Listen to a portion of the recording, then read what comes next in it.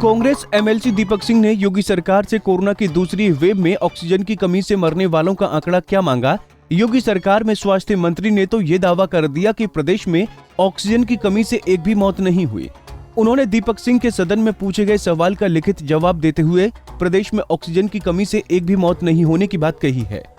माननीय मंत्री सदन के भीतर कह रहे हैं कि ऑक्सीजन कमी से कोई डेथ नहीं हुई, यहाँ पर मौजूद नहीं है, लेकिन सरकार के कई मंत्रियों ने खुद पत्र लिखा कि उत्तर प्रदेश में ऑक्सीजन के कारण मौतें हो रही हैं।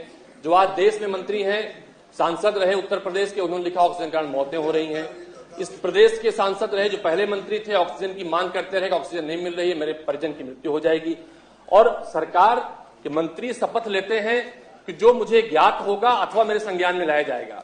सभापति महोदय, उत्तर प्रदेश की दर्जन भर घटनाएं हैं, चाहे अजय रस्तोगी घटना रही हो, चाहे सीमा कुरीर की घटना रही हो, चाहे अलीगढ़ के स्थान कश्यप घटना रही हो, और दर्दनाक घटना सभापति महोदय उत्तर प्रदेश की है। आप स्वयं देख सकते हैं सभापति महोदय, किस तरह से एक पत्नी अपने पति को अपने मुंह की सांस से ऑक्सीजन दे रही। सभापति महोदय, किस तरह से एक बेटा अपनी मां को मुंह के सांस से ऑक्सीजन सभापति महोदय दे रहा था और उन्हें बचाया नहीं जाता। सभापति महोदय, बनारस में जिसको प्रधानमंत्री जी ने ट्वीट करके कहा, दीपक सिंह जी प्रश्न करिए, जिसको प्रधानमंत्री जी ने ट्वीट करके कहा कि इनकी जान सुरक्षित है और ऑक्सीजन उपलब्ध है, उसने खुद ट्वीट करके कहा कि माननीय प्रधानमंत्री जी, मैं अपने भाई को ऑक्सीजन के अभाव में बचा नहीं सका। क्या सभापति महोदय, मैं जानना चाहता हूं, जो मौतें पूरे प्रदेश ने देखी थी, क्या उन मौतों की सूचना सरकार के पास नहीं है? गंगा में बहती लाशें, ऑक्सीजन और के लिए तड़पते लोगों को सरकार ने नहीं देखा था? हालांकि योगी सरकार अब इस मुद्दे पर घिरती जा रही है। योगी सरकार के स्वास्थ्य मंत्री के दावे पर कांग्रेस आक्रामक रुख अपनाए हुए है। स्वास्थ्य मंत्री के दावे पर कांग्रेस प्रवक्ता ने सवाल खड़े किए हैं। उन्होंने मुख्यमंत्री योगी आदित्यनाथ पर निशाना साधते हुए कहा कि योगी सरकार की नाकामी के कारण ही मरीजों को ऑक्सीजन और बेड नहीं मिल पा रहे थे। लेकिन योगी जी के मंत्री का जवाब सरकार की अमानवीयता को दर्शा रहा है।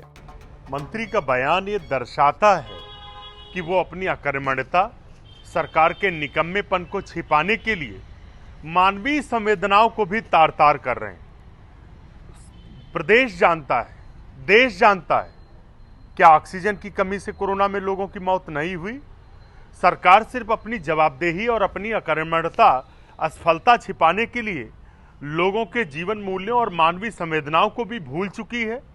सच्चाई तो ये है कि सरकार की नाकामी की वजह से लोगों को ऑक्सीजन और बेड नहीं मिल पा रहे थे। भारत सरकार ने उस समय निर्यात ऑक्सीजन का बढ़ा दिया था, और दूसरी लहर में जबकि सभी को पता था, कांग्रेस पार्टी श्री राहुल गांधी जी बार बार कह रहे थे कि कोरोना की दूसरी वेव आ रही, लेकिन भाजपा सरकार बंगाल के चुनाव में व्यस्त थी। भाजपा को लोगों के जीवन से, मानवीय संवेदनाओं से कोई लेना देना नहीं।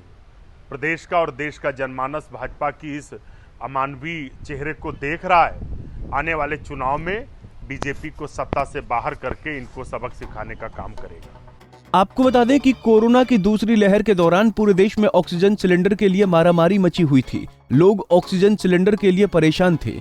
यूपी के करीब करीब हर जिले का यही हाल था। ऑक्सीजन के लिए जगह जगह लाइनें लग रही थीं और ऑक्सीजन की कमी से मौत की खबरें भी सामने आई थीं।